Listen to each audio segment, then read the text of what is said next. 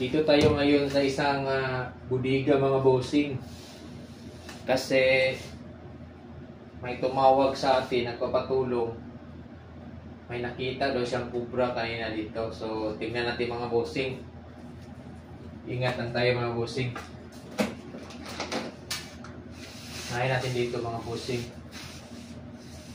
May kubra daw eh. Tingnan natin. Mahirap naman. Sa itong budiga kasi yung maraming nakatambak na mga gamit, so may posibilidad na may kubra talaga. So itesahin natin para at least safety. Mahirap naman.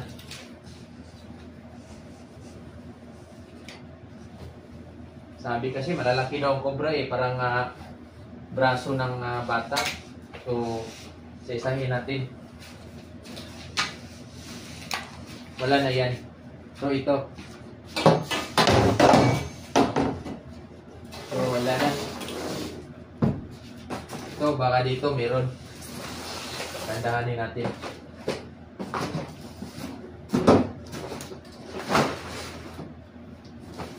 So wala.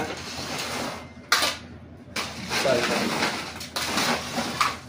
Kung sako baka dito nakatago.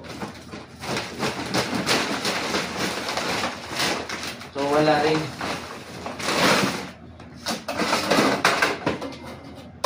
So anyway, success. Sa kabutihang palad mga bossing, walang kubra, so safety pa rin. Safety pa rin yung may-ari ng budiga na to kasi walang kubra. So anyway, pwede tayong i-hire ng